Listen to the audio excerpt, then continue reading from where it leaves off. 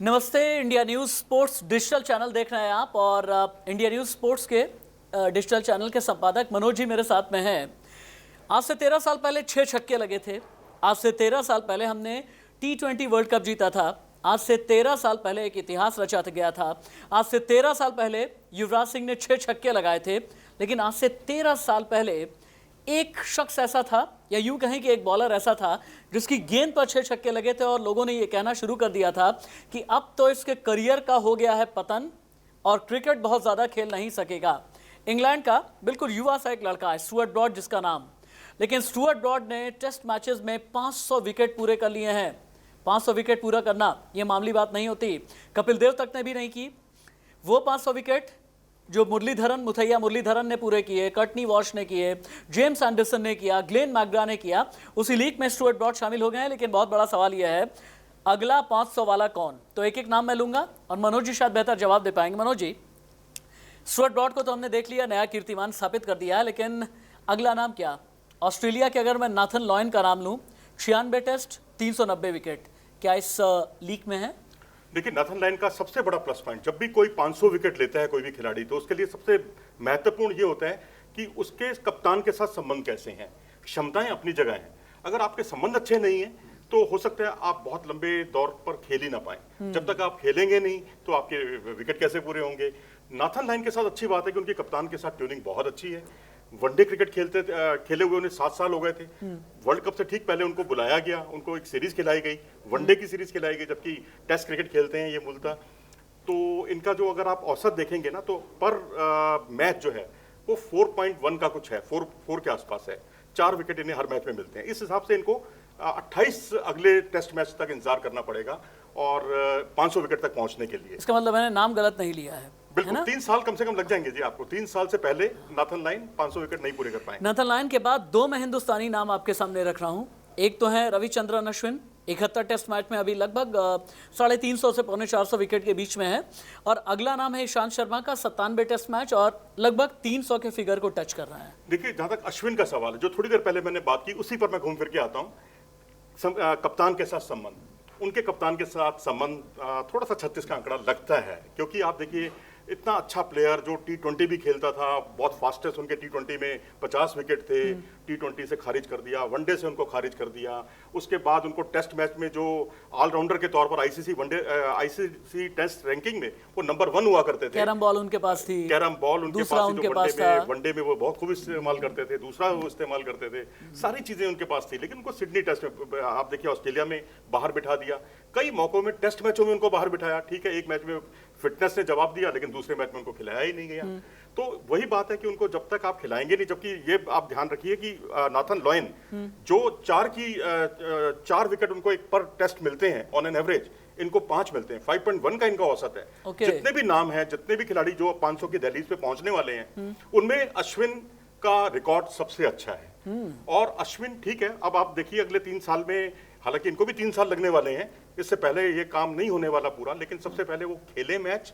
और जिस तरह से डोमेस्टिक में जो भारतीय पिचों के वो मास्टर माने जाते हैं, भारत में जितने मैच होंगे तो वहां ये 7-8 विकेट 9 विकेट तक का इनका औसत कई बार पहुंच जाता है।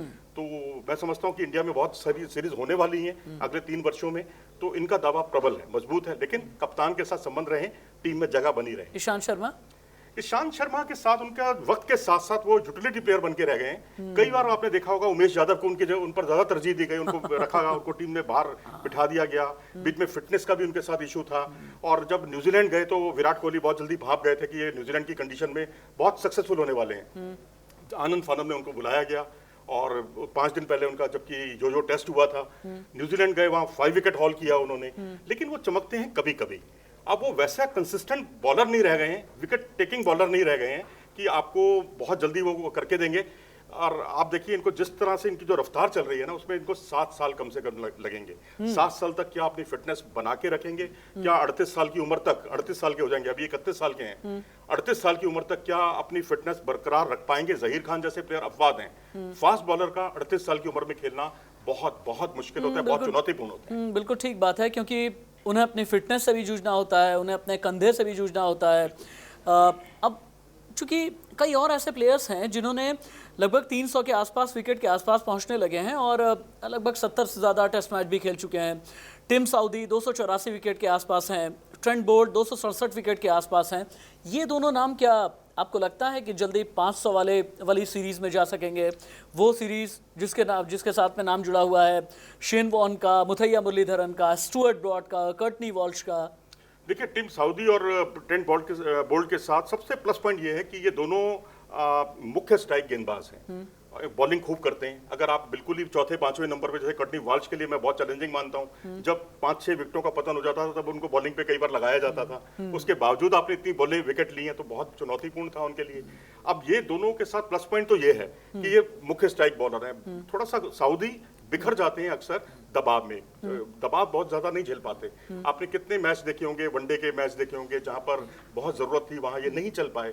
लेकिन अब कुल मिलाकर यही है कि न्यूजीलैंड के लिए सबसे ज्यादा चुनौतीपूर्ण ये है कि ज्यादा से ज्यादा न्यूजीलैंड मैच खेले। न्यूजीलैंड की टीम ऐसी टीम है जो अन्य टीमों की तुलना में टेस्ट मैच कम खेलती है। इन सभी के बीच में एक बॉलर ऐसा है जिसने विकेट बहुत तेजी में और बहुत स्पीड के साथ में लिया है और वो नाम है मिचेल स्टार्क। क्योंकि 250 विकेट पार करने में उन्होंने जितने टेस्ट मैच लिए हैं ना, वो स्पीड उनकी बहुत ज़्यादा तेज़ है। तो क्या आपको लगता है कि इस स्पीड से 500 टेस्ट विकेट लेने में मिचेल स्टार्क बहुत ज़्यादा पीछे नहीं रहेंगे? देखिए, इनके साथ सबसे बड़ी चुनौती है इनकी फिटनेस, इनकी हिल इंजरी, इनकी टखने की इंजरी। उसने एक तरह से इनको पटकनी दे दी है, एक बार नहीं कई मौकों पर, और अक्सर वो उसका इलाज करते हुए देखे गए हैं। तो इतने लंबे समय तक आपको फिटनेस प्रोन आपका शरीर है, कितनी बार आपको दिक्कतें हुई हैं। तो ये आपकी बात ठीक है, बहुत इनकी रफ्तार थी, रफ्तार के बादशाह रहे हैं, क्योंकि 160 किलोमीटर प्रति घंटे की रफ्तार से गेंदबाजी को टच किया है। जितने लोग खेल रहे हैं उनमें ये अपवाद है, अकेले प्लेयर ऐसे हैं। लेकिन दिक्कत वही आ जाती है इनकी फिटनेस।